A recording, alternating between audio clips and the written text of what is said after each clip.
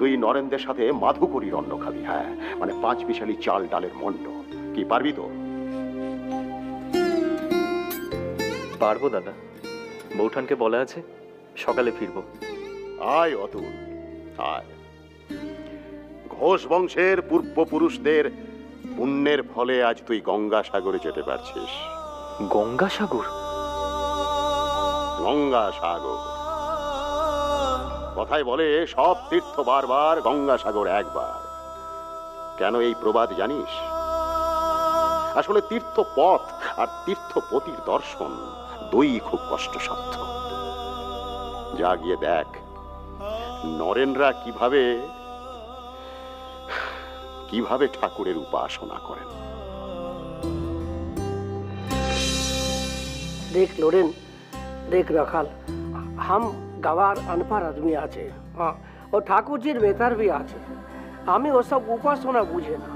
লাটু, তুই লেখাপড়া করিসনি সেটা ঠিক, তাই বলে তুই কিন্তু আনপড় নোস। ঠাকুরের কাছে এতদিন থাকতে থাকতে তুই অনেক জ্ঞান লাভ করেছিস। আর তাছাড়া নিজেকে শুধু শুধু গাইয়া বলিস কেন বলতো? সেই কোন ছোটবেলায় নিজের দেশ থেকে তুই কলকাতায় এসে পড়েছিস। এখন তো তুই কলকাতারই ছেলে, তাই তো? हाँ, अभी तो कलकत्ता हो गए, लेकिन हमार देश तो गांव में आछे ना। তাতে কি হয়েছে? ঠাকুরও তো দেশ গায়ের।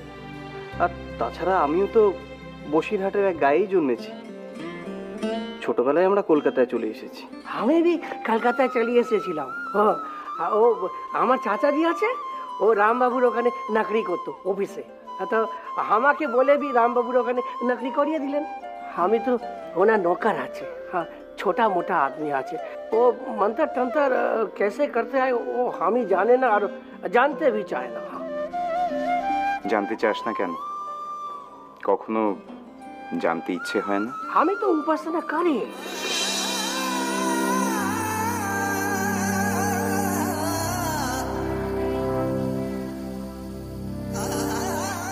তুই উপাসনা করিস?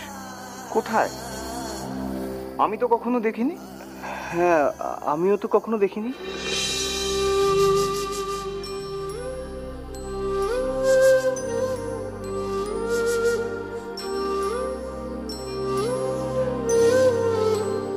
ঠাকুর জি ঘরে আমি উপাসনা করি। ঠাকুর জি পেশাব সাফ করে, मजी कराई, डाबर सफा कराई, और ठाकुर जी को नहला के धोती पहने दी, बिस्तर सफा करी। वही